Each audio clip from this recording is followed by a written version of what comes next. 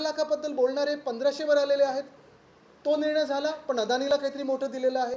कुठे टोल 50 रुपये रद्द केला, पण त्यात 50 रुपयाच्या टोलमध्ये 50,000 एकर किंवा जास्ती देशभरात असेल, पण 50,000 कोटीचा फायदा हा अदानी समोरला होता. आणि त्या धक्क्यातून अजून कोणी बाहेर आलेलं नाहीये. तो लढा अजून सुरू आहे. मुंबईचा लढा सुरू आहे, महाराष्ट्राचा लढा सुरू आहे. त्याचसोबत आज बातमी जी पाहिली आपण, 3 महत्त्वाच्या जागा मुंबईतल्या महापालिकेच्या वेगळ्या वेगळ्या महापौरांनी ती आर्थिक गाडी बसवली आणि मुंबईकरांना सेवा देत मंडई सेवा अनेक प्रॉफिट मार्केटच्या समोर असेल.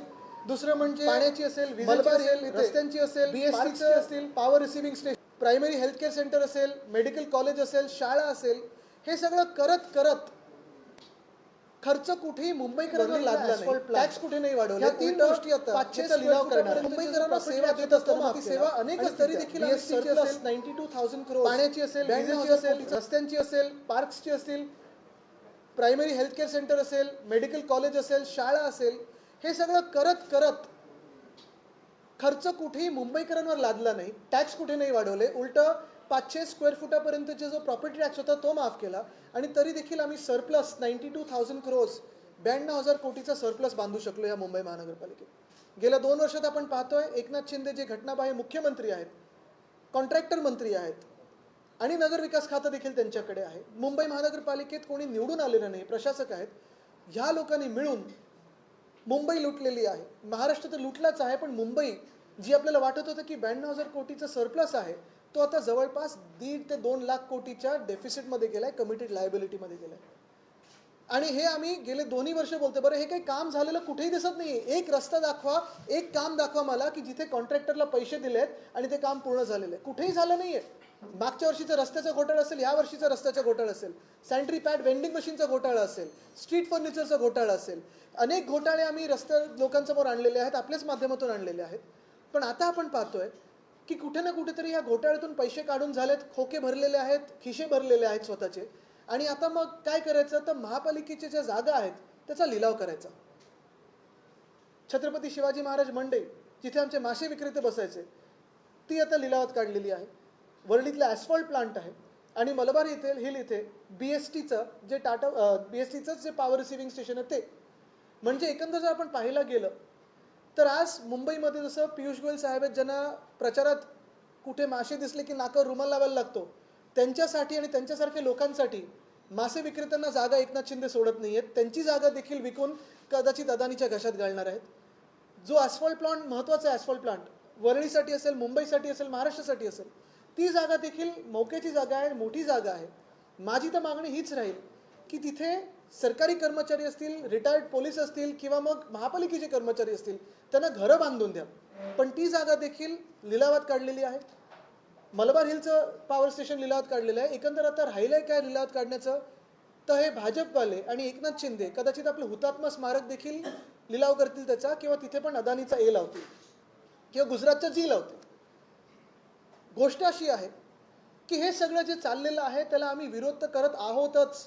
पण एक सांगतो तुम्हाला, हा लिलाव जो कोणी याच्यात येईल, लिलावमध्ये बिडिंगसाठी येईल, आमचं सरकार पुढच्या 3 आठवड्यात येत आहे आणि सरकार आल्यानंतर हा लिलाव फक्त रद्द नाही करणार, तर ह्याच्यात क्रिमिनल इन्व्हेस्टिगेशन आम्ही करू.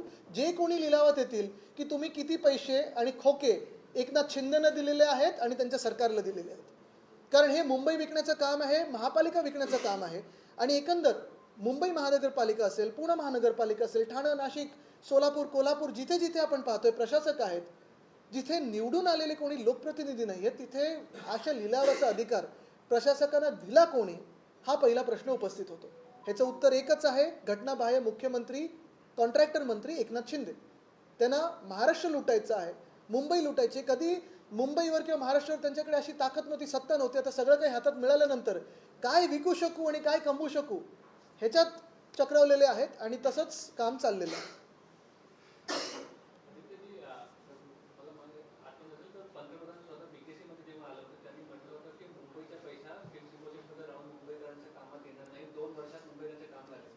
मला वाटतं त्यांचं आर्थिक नियोजन, आता आपण पहा डिमॉनिटायझेशन सारखं त्यांचं आर्थिक नियोजन असतं. मुंबईकरांचा पैसा कुठेही आम्ही टोल टॅक्स वाढवला नाही, गडकरी साहेब जसं त्यांच्या खात्यातून वाढवतात, कुठेही आम्ही टोल लागूच केला नाही, टॅक्स वाढवला नाही, आणि तरी देखील कामं करत पैशाचं नियोजन केलं. जनतेला प्रत्येक पैसा बजेटमध्ये रिफ्लेक्ट होताना दिसला. प्रत्येक पैसा जो फिक्स डिपॉझिटमधला होता तो आपण पाहतोय. गोरेगाव मुलुंड लिंक रोड असेल, कोस्टल रोड असेल जो आम्ही केलेला आहे, सिवेज ट्रीटमेंट प्लांट असेल, अनेक गोष्टींसाठी तिथे आपण प्रस्तावित केलं तो दिसत होतं. पीएम केअर फंडासारखं आम्ही नियोजन नव्हतं केलं.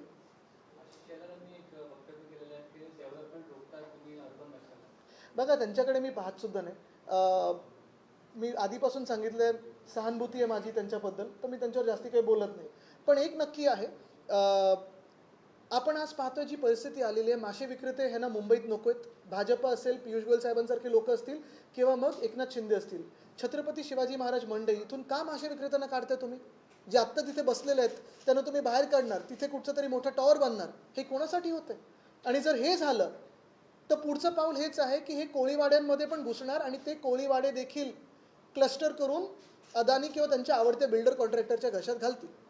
मग मुंबईत आपण पाहतोय वर्सोवत असेल, धारावीतला कोळीवाडा तो पकडलाय की नाही पकडलाय अजून उत्तर आलेलं नाही आहे. तो घेणारच धारावीमध्ये. वरळीत आहे, वांद्र्यात आहे, जुहूमध्ये आहे, कोलाब्यात आहे. हे सगळे कोळीवाडे हे हळूहळू हे लोक खातील. भाजप आणि एकनाथ शिंदे त्यांच्या आवडत्या कॉन्ट्रॅक्टर आणि दलालांच्या घशात घालतील.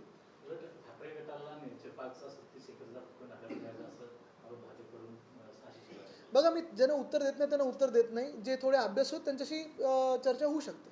निवडणूक घोषित झाली त्याच दिवशी बरोबर 359 GR आहेत हे जारी केले होते. त्यातील 112 GR आणि टेंडर रद्द करण्यात आले सरकारकडून. मला वाटतं एक आता आचारसंहितेत कोणाला काय परवानगी हे आम्हाला इलेक्शन कमिशनरने सांगावं. कारण अजूनही काही काही ठिकाणी यांचे बॅनर गेट लागलेले आहेत, होर्डिंग लागलेले आहेत, रेल्वेमध्ये स्वच्छ भारतचे ॲड चालू आहेत. तर हे इलेक्शन कमिशनने सांगावं की फ्री अँड फेअर जे बोलत आहेत तर तसं करणार आहेत की नाही. GR काढायची म्हणजे निवडणूक घोषित झाल्यावरच GR काढायची घाई हेच आहे ना. मी तुम्हाला सांगतो हे सगळे विषय महत्त्वाचे आहेत. पण आज मी तुम्हाला परत एकाच विषयावर आणीन. जशी आपली मुंबई लुटली जाते, मला वाटतं जातपात धर्म बाजूला ठेवून, राजकीय जे काही आपण मतदान करत आलो आहे, विचारधारा ते बाजूला ठेवून, मुंबईत आपल्याला स्वाभिमानाने जगायचं असेल तर आपल्याला ह्या एकनाथ शिंदे आणि भाजपच्या विरोधात लढायलाच लागेल. नाही तर ही मुंबई अशी नाही तर तशी ते गुजरातच्या घशात घालत आहेत. आपण पहा, ऑलरेडी जर मासे विक्रेते ह्यांना नको असतील तर मग कोणाची मुंबई राहिली? जर ह्यांना कोळीवाडे क्लस्टर किंवा स्लमसारखं डेव्हलप करायचे असतील तर कोणाची मुंबई राहिली?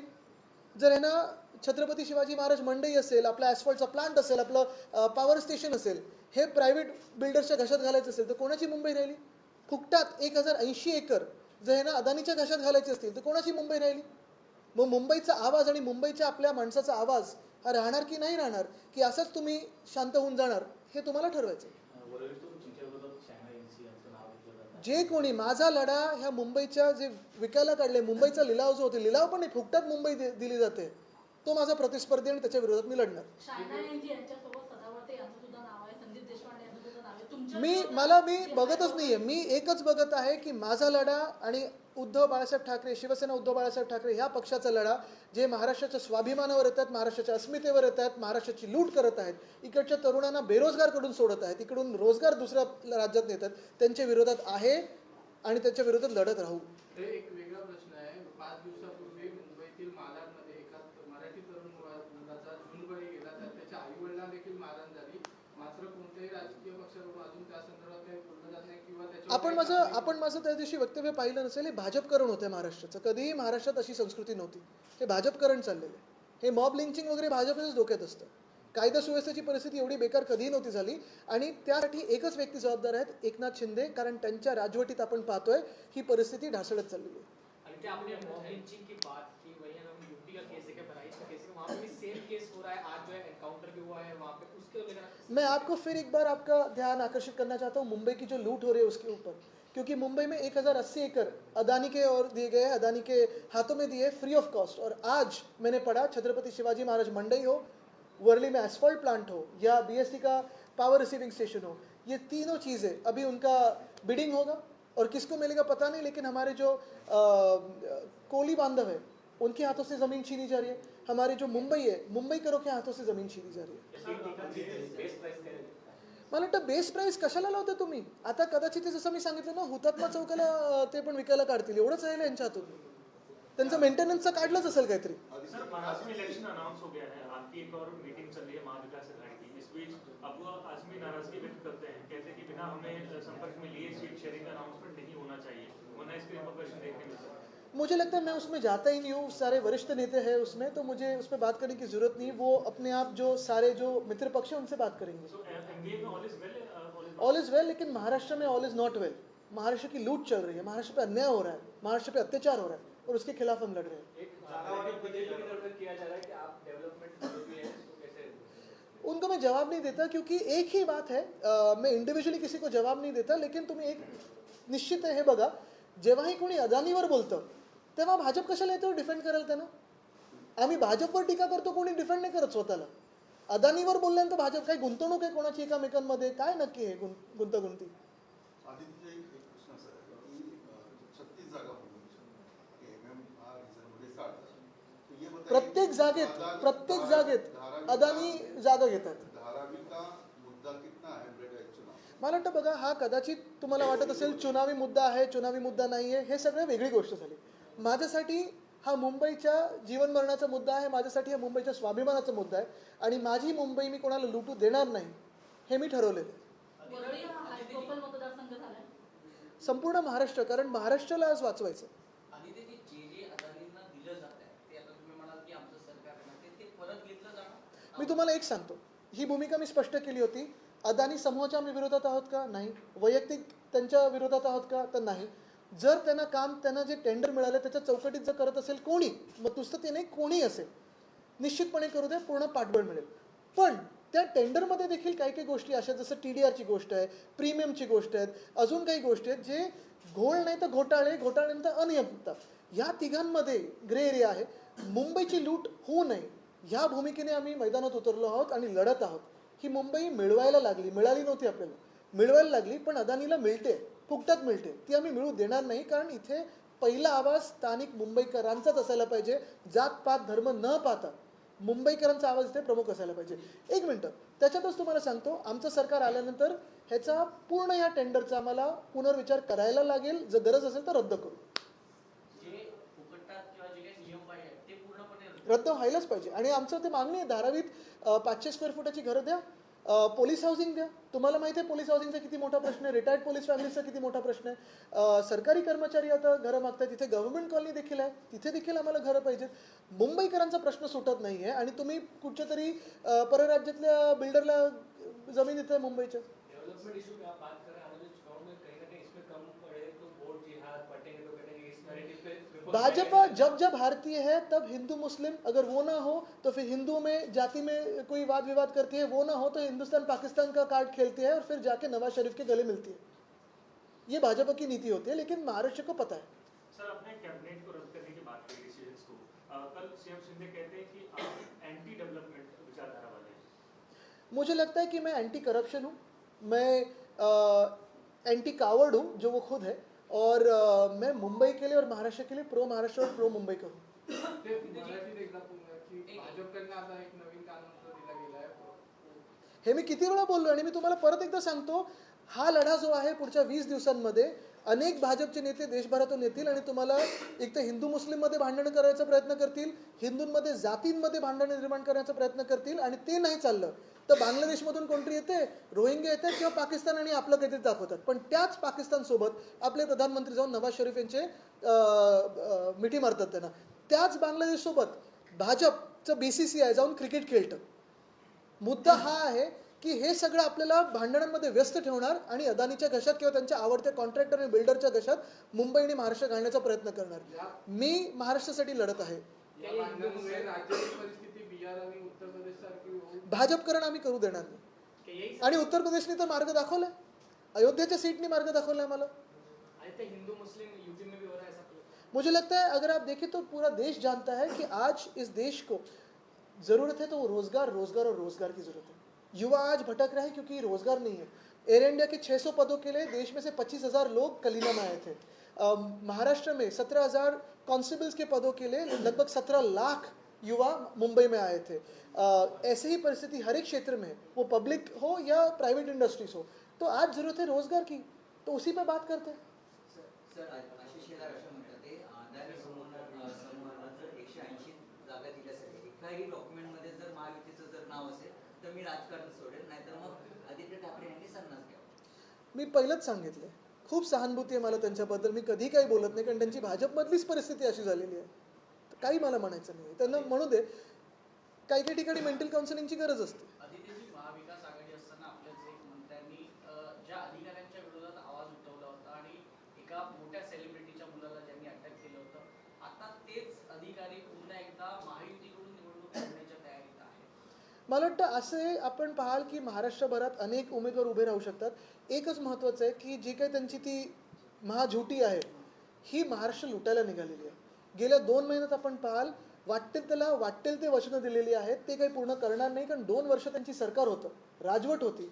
केंद्रात त्यांचं सरकार, इथे त्यांचं सरकार, तरी देखील एक पण नवा रोजगार, एक पण नवा उद्योग महाराष्ट्रात आणू शकले नाहीत. अनेक मंडळं बनवलीत, पण एका सुद्धा व्यक्तीला, मी समाज आणि जात आणि धर्म पाहतच नाही, मी व्यक्तीला सांगतोय, न्याय देऊ शकलेले नाही आहेत. एका सुद्धा शहरामध्ये एक तरी रस्ता ह्यांनी पूर्ण केलेला दाखवा.